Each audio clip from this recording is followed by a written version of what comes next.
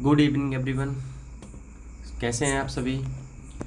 हम अपनी पॉलिटी की सीरीज़ को कंटिन्यू करते हैं और आज का टॉपिक है कॉन्स्टिट्यूशनल बॉडीज़, सरकारी या संवैधानिक संस्थाएं। हम बहुत बारी कंफ्यूज हो जाते हैं कि कॉन्स्टिट्यूशनल माने संवैधानिक और असंवैधानिक और गैर संवैधानिक ये है क्या, ये कौन कौन सी संस्थाएं होती है। कभी नीति आयोग, कभी यूपीएससी, कभी वित्त आयोग, कभी AGI, attorney general of India. ये संवैधानिक संस्था है या वैधानिक संस्था है, आखिर इनमें फ़र्क क्या होता है। तो थोड़ा सा ब्रीफली हम इसको समझ लेते हैं कि देखो, मोटे मोटे तौर पर हम जो गवर्नमेंट जो बॉडीज़ होती हैं, जो सरकारी संस्थाएं होती हैं, वो 3 प्रकार की होती हैं। पहली कौन सी है? पहली है आपकी संवैधानिक संस्था, कॉन्स्टिट्यूशनल बॉडी। ठीक है, इसको मैं अच्छे से समझा देता हूँ। मूल रूप से क्या होता है कि आप कभी भूलेंगे नहीं इस चीज़ को। संवैधानिक संस्था क्या होती है? जब संविधान लिखा जा रहा था, जो मूल संविधान है, जो मेन कॉन्स्टिट्यूशन है, उसमें जो चीज़ें मेंशन करी गई हैं, जिन संस्थाओं का संविधान लिखते समय मेंशन हुआ है कि ये संस्था है, ये संस्था का नाम है, वो क्या है? वो संवैधानिक संस्था है। सिंपल वर्ड्स में कहूँ तो जो संविधान में पहले लिख दी गई थी संविधान लिखते समय, उस संस्था को क्या कहते हैं? संवैधानिक संस्था, जो बिना किसी एक्ट के आई थी संविधान में। ठीक है, उसके एग्जाम्पल क्या है? यूपीएससी, संघ लोक सेवा आयोग, union public service commission, finance commission यानी वित्त आयोग, CAG, controller auditor general of India, AGI, attorney general of India, महान्यायवादी। कैग होता है नियंत्रक एवं महालेखा परीक्षक। तो जब संविधान लिखा जा रहा था तभी इनके बारे में संविधान में मेंशन किया था। ओके, इसलिए इसको क्या कहते हैं? संवैधानिक संस्था कहते हैं, कॉन्स्टिट्यूशनल बॉडीज़ कहते हैं। दूसरा क्या है हमारा?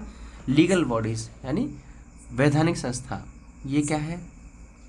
अब देखो, संविधान तो लिख गया, संविधान के बाद, लिखने के बाद जैसे जैसे समय गुजरा तो कई सारी बॉडीज़ की भी ज़रूरत पड़ती है भाई। कई सारी नई संस्थाओं का भी निर्माण होता है समय गुजरने के बाद, क्योंकि समाज की आवश्यकता ही इतनी हो जाती है ग्रोथ करने के लिए समाज को, हर क्षेत्र में, चाहे वो राजनीतिक क्षेत्र में हो, चाहे वो आर्थिक क्षेत्र में हो। तो संविधान बनने के बाद समय के अनुसार जिन संस्थाओं का निर्माण हुआ है, किसी एक्ट के माध्यम से, एक्ट कौन बनाएगा? संसद। संसद के द्वारा संविधान में किसी एक्ट के द्वारा जो संस्थाओं को ऐड किया गया है उसको क्या कहते हैं? वैधानिक संस्था। जैसे नाबार्ड, जो ग्रामीण बैंक होती है अपनी, एनडीएमए, राष्ट्रीय आपदा मैनेजमेंट, राष्ट्रीय आपदा प्रबंधन, क्या नाम है? अथॉरिटी। ठीक है, वाइल्ड लाइफ बोर्ड हो गया आपका। बहुत सारी चीज़ें जो एक्ट के माध्यम से संविधान में ऐड की गई हैं उसको क्या कहते हैं हम? Legal bodies. दोनों में फ़र्क समझ आ गया? संवैधानिक संस्था और वैधानिक संस्था में मैं दोबारा से कह दूं, क्या है कि जब संविधान बन रहा था, जो संस्थाएं उस समय लिख दी गई उसको क्या कहते हैं हम? संवैधानिक संस्था। और संविधान बनने के बाद जो बाद में संस्थाएं बनाई गई हैं संसद के द्वारा किसी अधिनियम के माध्यम से, और अधिनियम के माध्यम से उसको संविधान में ऐड किया गया है, वो क्या है? वैधानिक संस्था। और तीसरी क्या है? गैर संवैधानिक संस्था, माने नॉन कॉन्स्टिट्यूशनल बॉडीज़। ना तो संविधान में इसका कोई भी मेंशन है, ना ही किसी एक्ट के माध्यम से इसको बनाया गया है, केवल और केवल एक क्या है? ऑर्डर के माध्यम से इसको बना दिया गया है। उसको क्या कहते हैं हम? गैर संवैधानिक संस्था। एग्जाम्पल, पहले क्या था? सबसे पहले योजना आयोग माने प्लानिंग कमीशन। किसी ना तो संविधान में मेंशन था, ना किसी एक्ट के माध्यम से, केवल सरकार ने क्या किया? एक ऑर्डर रिलीज़ किया और उसके माध्यम से इस बॉडी को बना दिया गया। सेम क्या है? एनडीसी, नेशनल डेवलपमेंट काउंसिल, राष्ट्रीय विकास परिषद। अब क्योंकि प्लानिंग कमीशन को तो नल एंड वॉइड कर दिया गया है, उसकी जगह क्या आया है? नीति आयोग, 1 जनवरी 2015 को। ठीक है, ये भी एक ऑर्डर के माध्यम से लाया गया है, तो इसको भी क्या कहेंगे? गैर संवैधानिक संस्था। उम्मीद है तीनों चीज़ों में आपको फ़र्क अंतर है वो समझ आ गया होगा। ये अंतर समझना बहुत ज़रूरी है, ठीक है, तभी हम बाइफरकेशन कर पाते हैं कि कौन सी संवैधानिक संस्था है और कौन सी लीगल बॉडी है और कौन सी नॉन कॉन्स्टिट्यूशनल बॉडी है। तो आज हम एक एक करके जो कॉन्स्टिट्यूशनल बॉडी है, जो कॉन्स्टिट्यूशनल जो बॉडी है ना, उसके तो हर एक संस्था को हमें पढ़ना ही पड़ेगा क्योंकि वो संविधान में मेंशन है भाई। ओके, तो हम एक एक करके उठा लेते हैं। क्या है पहला? AGI माने अटॉर्नी जनरल ऑफ इंडिया, इसको हम क्या कहते हैं? महान्यायवादी, ठीक है। देखो जो केंद्र की जो, क्योंकि ये सारे के सारे केंद्र के ही हैं, तो केंद्र के जो केंद्र के जो ऑफिसर्स हैं वो तो मैंने पढ़ाया था आपको कौन से पार्ट में आते हैं, भाग कि कौन से, एक सेकंड, तो केंद्र के कौन से संविधान के भाग में आते हैं, सारे पॉइंट आपको मेंशन करने हैं। मैं यहाँ लिख देता हूँ। पहला पॉइंट क्या होगा आपका? पार्ट, संविधान कौन से पार्ट में मेंशन है इसका? 5 में। पहला पॉइंट कौन से अनुच्छेद के अंतर्गत आता है? याद रखना है इसका आर्टिकल भी। और ये कौन है भारत का प्रथम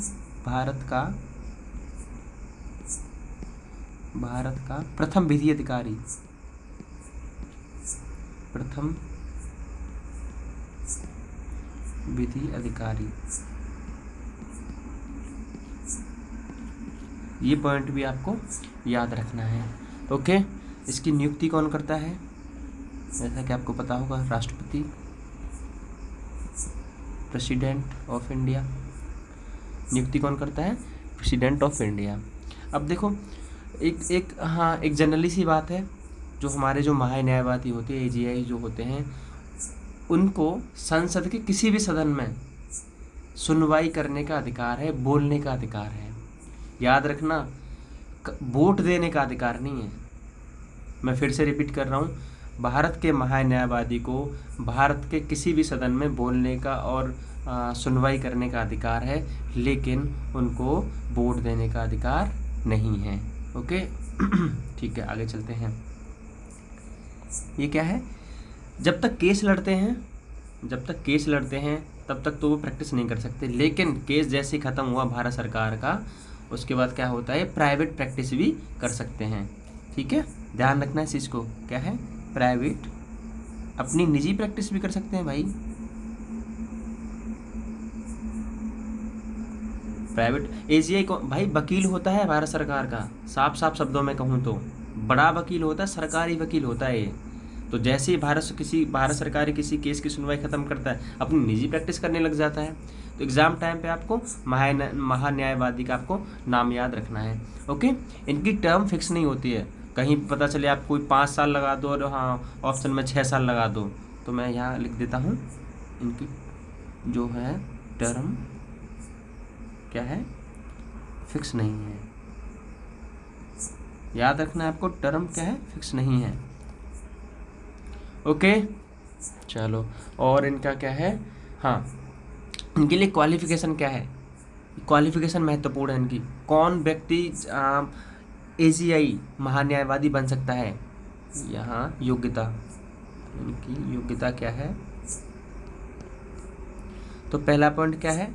लिख लेना, मैं एक थोड़ा सा ब्रीफ में लिखा देता हूँ कि SC के जो सुप्रीम कोर्ट के जज बनने के योग्य हों।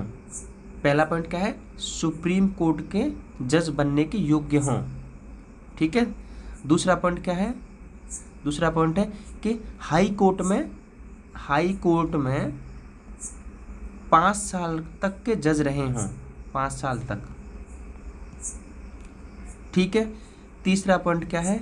या अगर SC में 5 साल तक जज नहीं रहे हों, या फिर क्या है, हाई कोर्ट में 10 साल तक ये क्या रहे हों? वकील रहे हों। इसके अलावा भी राष्ट्रपति की नज़र में प्रख्यात जूरिस्ट हों। तो ऐसा व्यक्ति इन कंडीशन को जो फिलफिल करता है वो क्या बनने योग्य है? वो महान्यायवादी बनने के योग्य है, ठीक है। महान्यायवादी ये तो होगा केंद्र का वकील। अब जैसे केंद्र का वकील ही, तो उसी तरह तो राज्य सरकार का भी तो कोई वकील होगा, राज्य सरकार का भी तो कोई केस लड़ेगा हाई कोर्ट में जाके, ठीक है। तो इम्पोर्टेंट पॉइंट क्या है दूसरा, कि राज्य सरकार का जो वकील होता है उसको क्या कहते हैं? Advocate general of the state, ठीक है। वो कौन से आर्टिकल में आता है? राज्य का, इंपॉर्टेंट पॉइंट है क्या है, राज्य के लिए, राज्य का क्या है, राज्य का महान्यायवादी, महान्यायवादी, ठीक है। कौन से आर्टिकल में है? अनुच्छेद 165। भाई हर हालत में याद रखना है ये अनुच्छेद। ये राज्य का महान्यायवादी कौन से आर्टिकल में आते हैं? 165 में। और जब राज्य में है तो इसकी नियुक्ति कौन करेगा भैया? कौन? हाँ, राज्यपाल।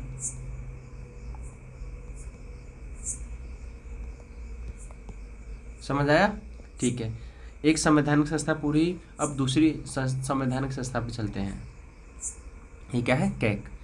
कैग बोले तो कंट्रोलर एंड ऑडिटर जनरल, माने नियंत्रक एवं महालेखा परीक्षक। सिंपल वर्ड में समझाऊं, कैग कौन है? सरकारी धन का रखवाला, सरकारी यानी या सार्वजनिक धन का रखवाला। ओके, कैग को ये क्या है? जैसे मैंने आपको तीनों फंड्स बताए थे, कंसोलिडेटेड फंड, हाँ, कंटिजेंसी फंड, संचित निधि, आकस्मिक निधि, तीन प्रकार की जो निधियाँ बताई थी, जो फंड्स बताए थे भारत सरकार के।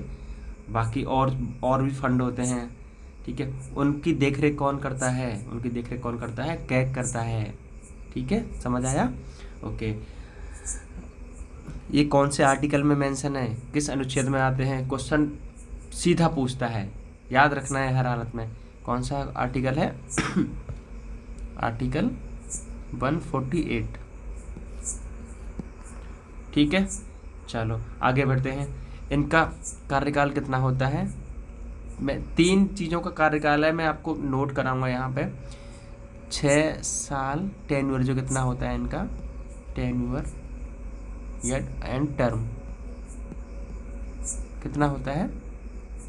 6 साल एंड 65 ईयर, 6 साल सर्विस देते हैं। ऐसी 3 संस्थाएं हैं भारत सरकार में, संवैधानिक जो संस्थाएं हैं, जिनका कार्यकाल 6 साल और 65 वर्ष तक रहता है। तो वो कौन सी संस्था है? मैं यहाँ नोट करा देता हूँ आपको। एक तो आपका कैग का, एक क्या है, हाँ आपका, एक सेकंड मैं चेंज कर लेता हूँ, दूसरा क्या है यूपीएससी का, और तीसरा क्या है आपका चीफ इलेक्शनल कमिश्नर माने मुख्य चुनाव आयुक्त, मुख्य चुनाव आयुक्त। तो तीनों का, ये 3 एक ऐसी संस्था हैं जिनका टर्म और टेन्योर कितना होता है? 6 ईयर एंड 65 ईयर, ठीक है। याद रखना है, कैसे भी याद रखना है, ठीक है। अच्छा, इनका कैग की नियुक्ति कौन करेगा? हाँ, नियुक्ति कौन करेगा? प्रेसिडेंट।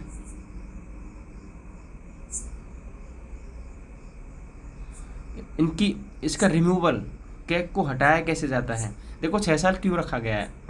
एक सरकार का कार्यकाल होता है 5 साल। अगर सरकार कोई गड़बड़ी कर दे, भाई सरकार तो 5 साल में हट जाती है, तो ये भी हट जाएगा, सीधी सी बात है। लेकिन इसकी साख को बचाए रखने के लिए, क्योंकि सरकारी धन का रखवाला होता है, भाई सरकार आती है, सरकार जाती हैं, लेकिन ये व्यक्ति बना रहना चाहिए, क्योंकि ये घोटाले को देखता है, और उसने इतने सारे घोटाले देखे, 2G 3G, भाई कोल स्कैम, ठीक, कॉमनवेल्थ का, ये हर घोटाले को पकड़ लेता है। वो अलग बात है, घोटाला हो जाता है तब ये अपनी रिपोर्ट बताता है, ये इसकी एक खामी है। ओके, तो इसकी, हाँ, रिमूवल की बात करते हैं। हाँ, वैसे तो तीनों का ही रिमूवल सेम तरीके से होता है, इसका भी, इसका भी। और इन तीनों के अध्यक्षों की नियुक्ति कौन करता है? प्रेसिडेंट ही करता है। और रिमूवल कौन करता है? रिमूवल कैसे होता है? कौन करता नहीं, कैसे होता है? रिमूवल होता है सुप्रीम कोर्ट, जो उच्च सुप्रीम कोर्ट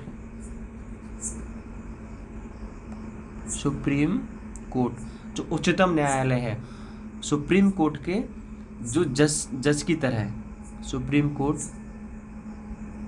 के जज की तरह, जिस तरह उच्चतम न्यायालय के किसी न्यायाधीश का क्या नाम है रिमूवल होता है, उसी तरह कैग, यूपीएससी और मुख्य चुनाव आयुक्तों के अध्यक्षों का रिमूवल होता है। कैग हो गया आपका, उसके बाद में आपका क्या है, महान्यायवादी हो गया, 2 संस्थाएं। अब बात करते हैं हम, सेम यूपीएससी का भी है। देखो यूपीएससी में भी क्या करना है, क्या नाम है, सेम टेन्योर एंड टर्म होता है, ठीक है। रिमूवल कैसे होता है, मैंने आपको बताया, सुप्रीम कोर्ट के जज की तरह। नियुक्ति कौन करता है, प्रेसिडेंट करता है, ओके, ठीक है। लेकिन एक फ़र्क सिर्फ कितना है, यूपीएससी कौन से उसमें आता है, आपका यूपीएससी कौन से भाग में आता है, पार्ट भाग तो 14 में आता है, और इसका आर्टिकल क्या है, अनुच्छेद 315। बस यूपीएससी के बारे में आपको ये याद रखना है, ओके। मुख्य आपकी कैग हो गया, और आपका एजीआई हो गया, और यूपीएससी भी हो गया, ठीक है। अब बात करते हैं अपने मुख्य चुनाव आयुक्त की।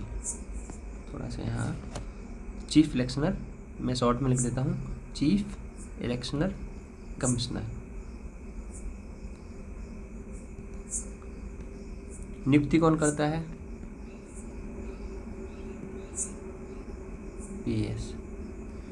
मैंने आपको अभी टेन्योर बताया और क्या नाम है टर्म बताए, 6 साल 65 वर्ष। रिमूवल के तो कैसे होता है, सुप्रीम कोर्ट के जज की तरह होता है, ओके। हाँ, इसका पार्ट याद रखना है, कौन से भाग में आता है भारत के संविधान के, पार्ट आता है ये 15 में। आर्टिकल कौन से तक है, आर्टिकल 324 से 329 तक, ठीक है। मैं इसका एक इम्पोर्टेंट, चीफ इलेक्शन कमीशनर में से एक इम्पोर्टेंट क्या है, हाँ, एक इलेक्शन जो कमीशन है इसकी स्थापना कब हुई थी, 25 जनवरी 1950 को स्थापना कब हुई थी, 25 जनवरी 1950 को। तो जो 25 जनवरी वाली जो डेट है ना, कई एग्ज़ाम में, बहुत सारे एग्ज़ाम में कई बार आते हैं। 25 जनवरी जो डेट है ना, वो किस रूप में जानी जाती है, राष्ट्रीय मतदाता दिवस के रूप में।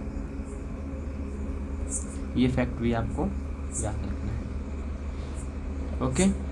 देखो क्या नाम है, चीफ इलेक्शनर कमीशन में, और आपका यूपीएससी में, कैग में, ठीक है। बहुत, हाँ, मोस्टली हाँ क्या है, कई सारी चीज़ें सेम है, जैसे नियुक्ति कैसे होती है, रिमूवल कैसे होता है, एज क्राइटेरिया कितना है, तीनों ही संवैधानिक संस्थाएं हैं, कॉन्स्टिट्यूशनल बॉडी है। अलग क्या है, भाग अलग है। हाँ, चीफ इलेक्शन कमिश्नर क्या है, भाग 14 में आता है।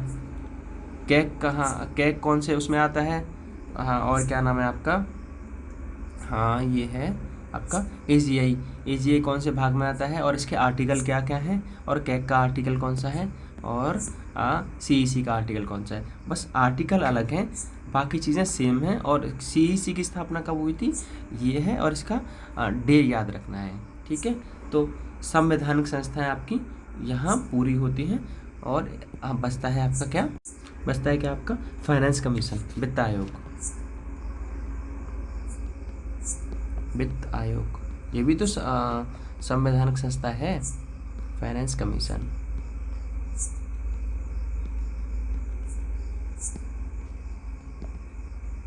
ठीक है। इसका आर्टिकल भाई मोस्ट इम्पोर्टेंट है, कितने सदस्य रहते हैं इसके, कौन से आर्टिकल में आता है भाई, कौन से अनुच्छेद के अंतर्गत आता है, तो 280, बहुत फेमस है 280। कितने सदस्य रहते हैं, 1 + 4 5। हर 5 साल बाद नया चुना जाता है। कौन चुनता है भाई, राष्ट्रपति, प्रेसिडेंट, ठीक है।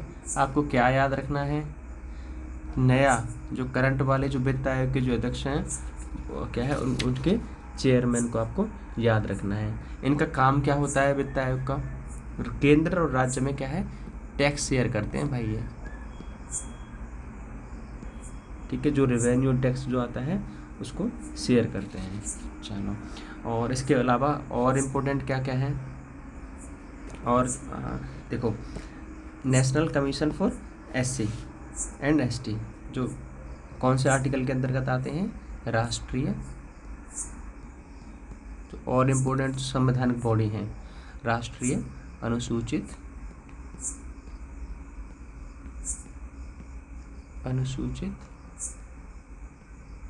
जनजाति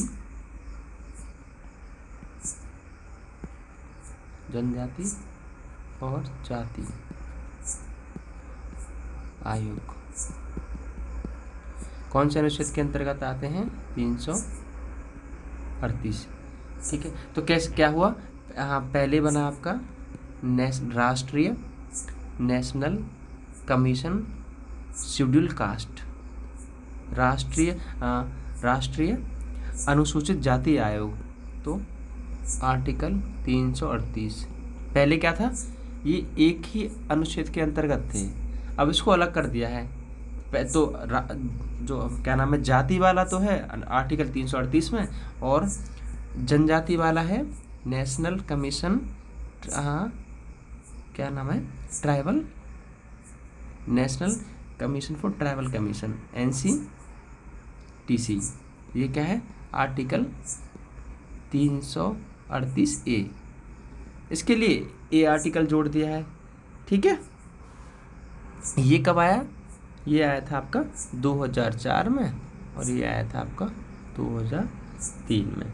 हाँ, क्या नाम है, इसको संवैधानिक कब बनाया गया, इसको संवैधानिक कौन से आर्टिकल से, संविधान संशोधन से बनाया गया, तो इसका याद रखना है, कौन सा संविधान संशोधन था, 89 कॉन्स्टिट्यूशनल अमेंडमेंट एक्ट 2003 से। ठीक है, ये और इम्पोर्टेंट था, इसको भी आप याद रख लेना। ओके, मोस्टली मैंने आपको संवैधानिक आयोग करा दिए गए हैं, बाकी आपको याद क्या करना होगा, जैसे मान लो ह्यूमन राइट कमीशन है, national human right commission, national human right commission, national राष्ट्रीय मानवाधिकार आयोग, इसका क्या पूछता है, इसका अध्यक्ष पूछता है जस्ट। ठीक है, अच्छा, पूछ लेगा कभी एग्जाम टाइम के करंट पे, आप इसको याद रख जाना। ठीक है, दूसरा कौन सा है, नेशनल बैकवर्ड क्लास कमीशन, क्या है ये, राष्ट्रीय पिछड़ा वर्ग आयोग। इसका आपको क्या है, इसका जो अध्यक्ष है उसको याद रख जाना है।